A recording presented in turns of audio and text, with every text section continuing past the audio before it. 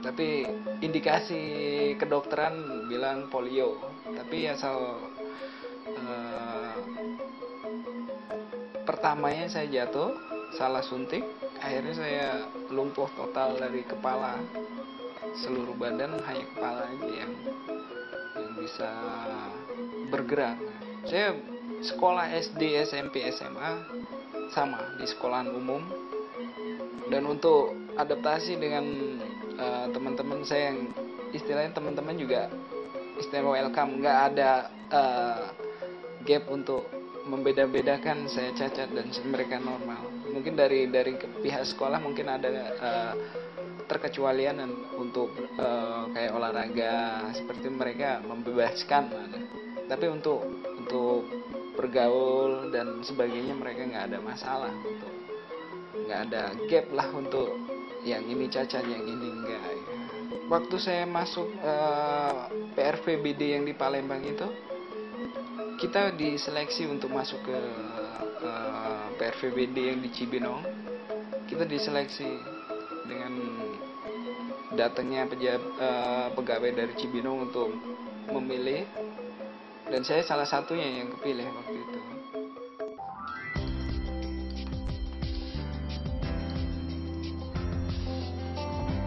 Jumari adalah contoh nyata bagaimana seorang penyandang cacat atau disabilitas mampu memimpin anak buahnya yang normal. Saya membutuhkan waktu 1 tahun mungkin ya untuk bisa mendapatkan kepercayaan dari pimpinan. Jadi asal muasalnya sih mungkin dari saya bertekad bahwa kinerja saya akan lebih baik. Saya berusaha untuk menjadi yang terbaik lah, untuk apa yang bisa saya lakuin buat perusahaan. Saya dulunya sama, saya kerja, saya punya atasan dan saya punya bawahan. Dan grafik dari pekerjaan saya mungkin dinilai meningkat. Jadi saya dipercaya untuk saya punya bawahan, saya yang bertanggung jawab terhadap mereka. Saya sempat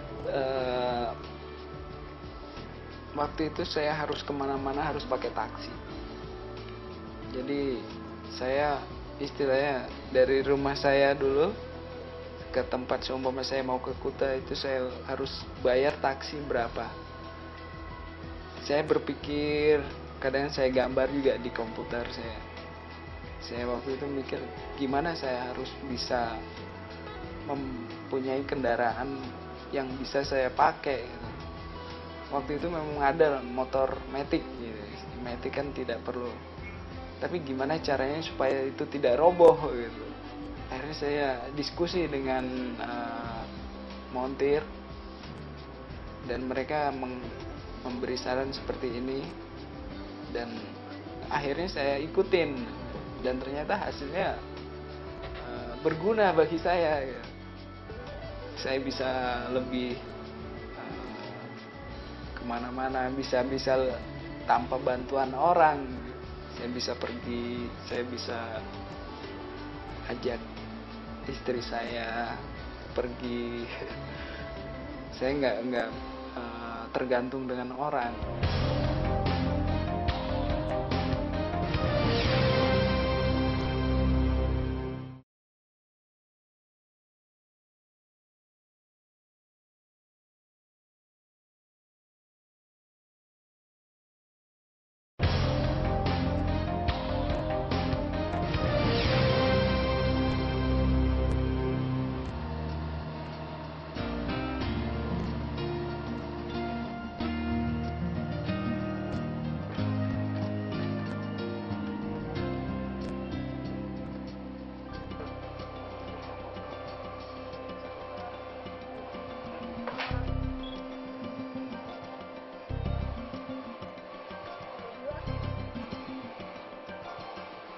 Kebetulan pada saat itu teman baik saya memperkenalkan saya, tapi secara pertama nggak mau terang-terangan. Dia bilang ada orang cacat, mau kerja mau terima nggak gitu.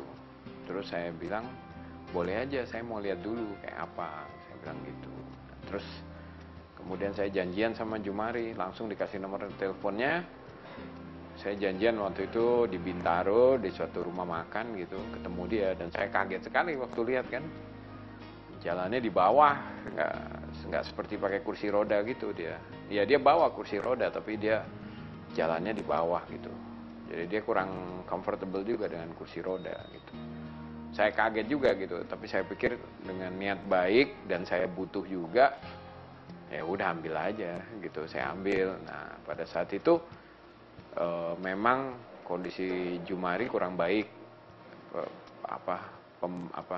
gajinya di perusahaan yang dulu bahkan di bawah UMR.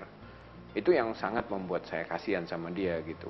Alasannya karena Jumari bisa tinggal di kantornya itu, jadi dicas lagi, dipotong lagi, jadi akhirnya dia edien bawa pulang di bawah UMR. Nah, belum makannya.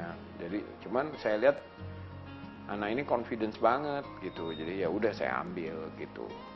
Sekarang ya head graphic designer ya, dia ada anak buah 2 orang di bawah dia. Saya juga sekarang bilang sama dia bahwa harus hilangkan kebiasaan yang apa-apa mengerjakan sendiri gitu. Jadi harus transformasi bahwa pekerjaan yang sederhana harus di bawah dia harus pintar gitu. Jadi dia delegasikan.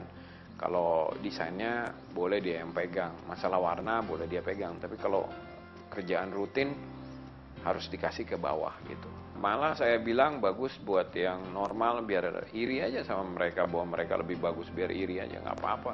Jealous yang bagus kan. Jadi kalau memang yang difabel lebih maju, biarin aja, nggak apa-apa. Kalau yang normal maju pun nggak apa-apa juga buat saya. Jadi kita bisa lihat gitu. Tapi saya merasa keberhasilan saya untuk hiring orang difabel lebih besar dari orang normal. 70% lebih berhasil, 30% kegagalan saya. Kalau orang normal 70% gagal, 30% yang berhasil. Ya gitu. Tapi kita nggak bisa bilang semua bisa dikerjakan sama difabel gitu. Dari segi kepintaran dia, walaupun dengan ya kita tahu fisiknya dia kurang, tapi dia memiliki kecerdasan yang lebih dari mungkin orang pada umumnya. Ya dia memimpin sebagai bos ya, mungkinnya tidak seperti tidak arogan gitu, seperti kita bilang ya kayak sistem kekeluargaan gitu. Kalau nggak tahu dikasih tahu, nggak tahu dimarahin, nggak kayak gitu. Ya suka, soalnya sering kayak gitu, nggak seperti bos tuh kayak udah ya kalau di sini jadi bos tuh, tapi udah kayak teman gitu. Sering bergaul ya ngomong lo gue bukan Pak, bukan kayak gitu. Saya tuh udah kenal Frankie tuh 8 tahun. Jadi semenjak Ready Print buka, memang saya duluan 2002. Setelah itu Frankie beberapa bulan kemudian Frankie nyusul ke Bali dari Jakarta. Setelah dia training di Jakarta, kaget juga pertama, cuman udah diinfo sama Pak Iwan kalau nanti ada graphic designer, cuman dia handicap gitu. Kaget gitu, kadang kalau dia jalan suka kaget. Tapi so far dia kalau untuk kerjaan dia cepat tangkap. Yang penting itu karena nggak lelet, terus ada orangnya nggak lelet, terus cepet nangkep, interaksi dengan klien juga bagus gitu.